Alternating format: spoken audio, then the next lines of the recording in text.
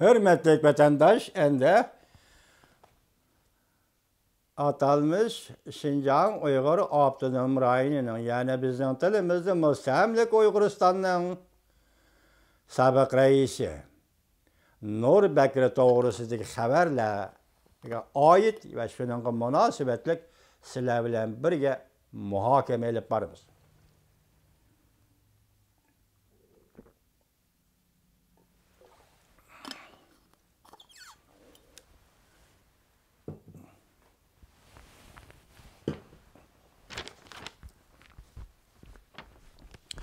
Biz sizlarga shu birinchi qatimliq ishimizning oxirida mundaq degan edik.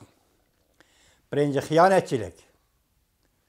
Shundoq ayblabdi, hozir xiyonatchilik deb cho'ng gap qilmagan bo'lsinmi, lekin shunga olib beribdi. Ikkinchisi Nur Bakrining sobiq rais Nur Bakrining Moskva ziyorati. Uchinchisi sazg'ori vaqt. Birinchi xiyonatchilik.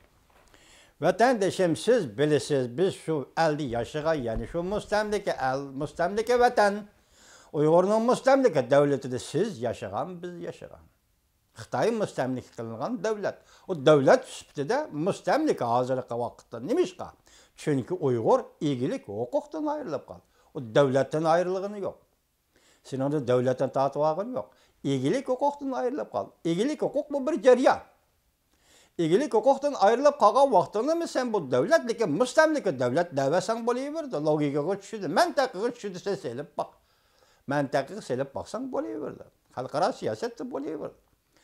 Şuna elaka matem, Uyg'urlarga matem patem deydigan elaka Gomindanning shoirini to'lab chiqqan apandilarga shundoq aytib qo'yayki, Uyg'urlarga matem emas.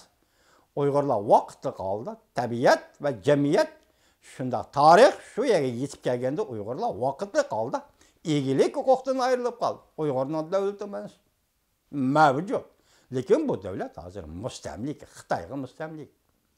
Mustamlika davlatning gubernatori avatganda, masalan, mustamlika qilg'ichi Xitoy o'zining sekretarlarini, gubernatorni u yoqqa avatganda cho'qim buningga qo'shib qo'ydigan bir kishi bo'lishi kerak. Ya'ni mustamlika eldan bir kishi yoki rais bo'lishi kerak, yoki sekretar bo'lishi kerak.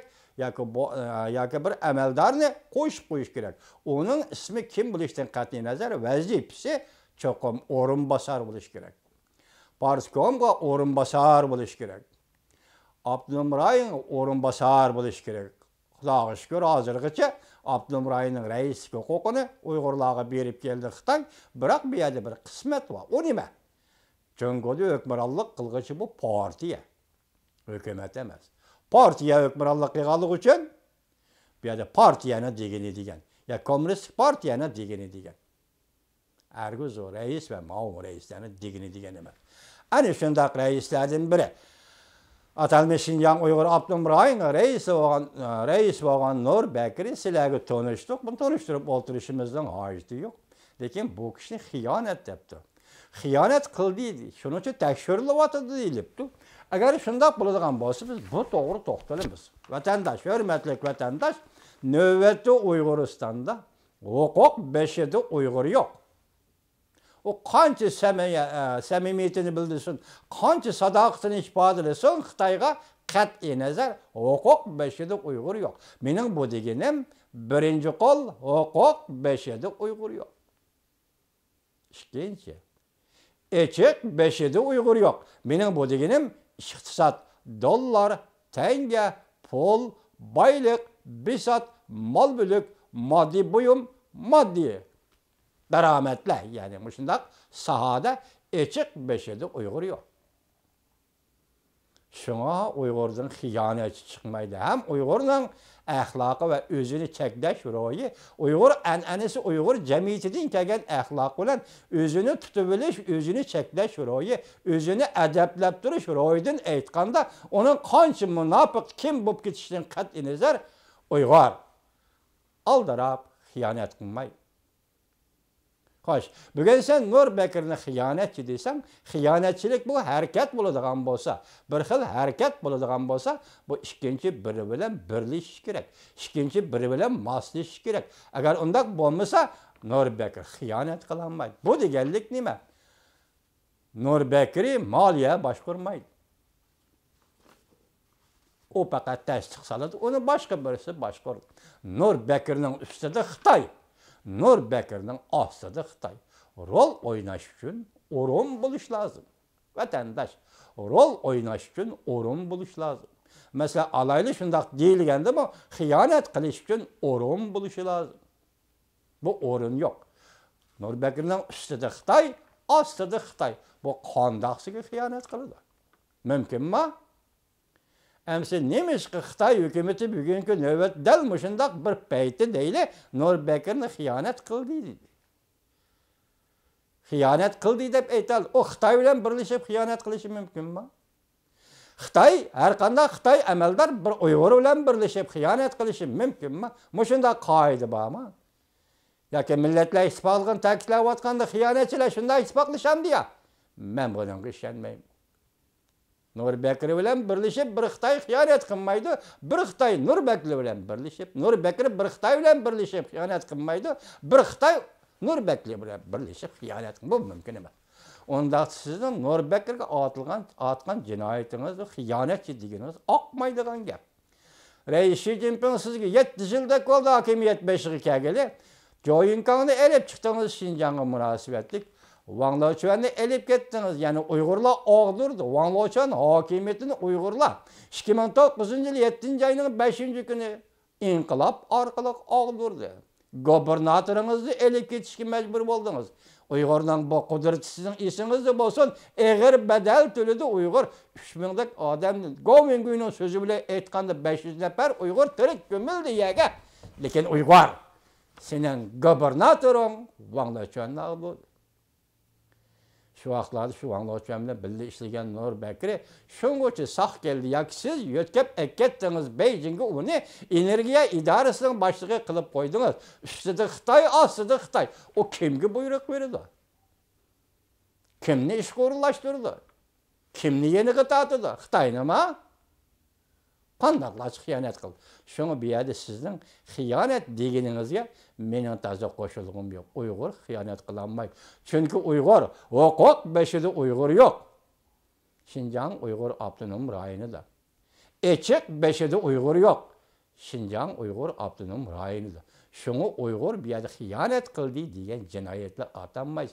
Agar Nur Bekir siyosiy jihatda xatolashish yoki siyosiy jihati sizning so'zingizcha jinoyat o'tkazgan bo'lsa, bu siyosat nima? O'ylab ko'ring. Uyg'ur ziyolilari, mayli Xitoyga yollanib ishlayotgan Uyg'ur amaldorlari, cho'ng kichik amaldorlar hozirgacha ehtiyot bilan yashab kelayotgan bir tabaqadir.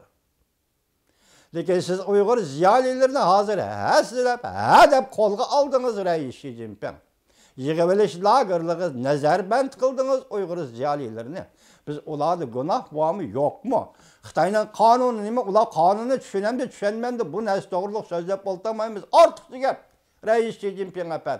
Uning navbatdagi sizning oldingizdagi jinoyati Uyg'ur. Uyg'ur bo'lganligi uchun qo'lga oldingiz. Uyg'ur bo'lib, tuyg'anligi uchun qo'lga oldingiz. Uyg'ur bo'lib, Uyg'ur tilida so'zlaganligi uchun qo'lga oldingiz. Uyg'ur bugun ko'zingizga qadalgan mix, putingizga kirgan tikan. Uyg'ur sizning xalqaro siyosatdagi menishingizga va shiddatingizga to'salg'i. Masalan, bir yo'l bir belva siyosatingizga to'salg'i. Uyg'ur O'rta Osiyoga bosib kirishingizga, O'rta Osiyoni mustamlik qilishingizga to'salg'i. Uyg'ur bir oyinda tarixdan biri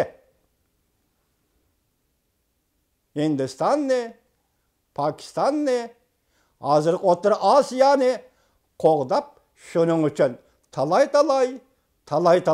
qurbon bergan, bedel to'lagan millatdir. Bugun Uyg'ur Pakiston bilan Afg'oniston bilan selishtirganda uning strategik o'rni bugun Uyg'urning ortib tushdi. Uyg'uriston, men dedim, Malakka bo'g'ziga aylandi. Hozir tarixdan beri Angliya, Char Rossiya, Hindiston va boshqalar va Chingizxon va kimlar Afg'onistonda qanday talashib kelayotgan bo'lsa hozirgacha deylar.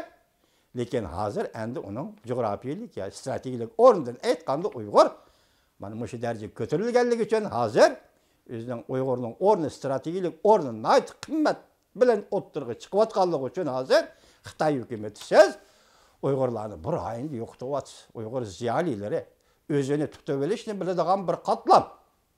Uyg'urning cho'ng kichik sizga yollanib ishlayotgan amaldorlarimi o'zini tutib olishni biladigan cho'ng bir qatlam. Bir qatlam o'zini tutib olishni biladigan bir qatlam. Bir tabaqa. Siz şuna Uyg'ur o'zini cheklayalaydi, xiyonat qilmaydi. Siz bugun Nurbekirni xiyonatchi dedingiz. Nurbekir nimaga xiyonat qildi? Deyemeyiz. Onun cinayeti yak sizin nazarinizda, onun hatalık yak sizin nazarinizda. Agar siyasetga bog'liq bo'lsa, bu nima? Mesela ikinci gap öteyli endi Moskva ziyaret. Hazır Tor betlerdə hazır mən sizə göstərkən Tor filmlərdə Xitayla demokratları sözləşib biri Nurbekiri Moskvaga ziyaretke bağır. Bu nemi ziyaret? Reis Xi Jinping. Cungola kapandı. Bu nemi ziyaret? Siz tünügün Reis Xi Jinping Vladivostok'tan qaytıb geldiniz. Şu vaxtı Nurbekirni bille elip badınız mı yok Moskvaga? Ondaqda bu qatım Moskvaga Nurbekiri qaysı yusunda, qaysı tertiple kim bilen bille Moskvaga badı? Moskvada bu qatım beriş, yaki Moskvada ötküzüldüğün söhbet, yaki Moskvada imzalaydığın kilişim energiyaga bağlıq mı? Saudi iqtisodga bağlıq mı? Yaki siyasetga bağlıq mı? Zadı nime? Bu toğırda hech qanday xabar chiqmadi o'ttirg'i yaki shin xo'sha yaki birisi og'dirmidi. Lekin shuningga diqqat qiling, hurmatli vatandosh. Nurbekiri nemishqa Moskvadan qaytib kelib, Beijingda aeroportga qo'nganda, aeroplandan tushganda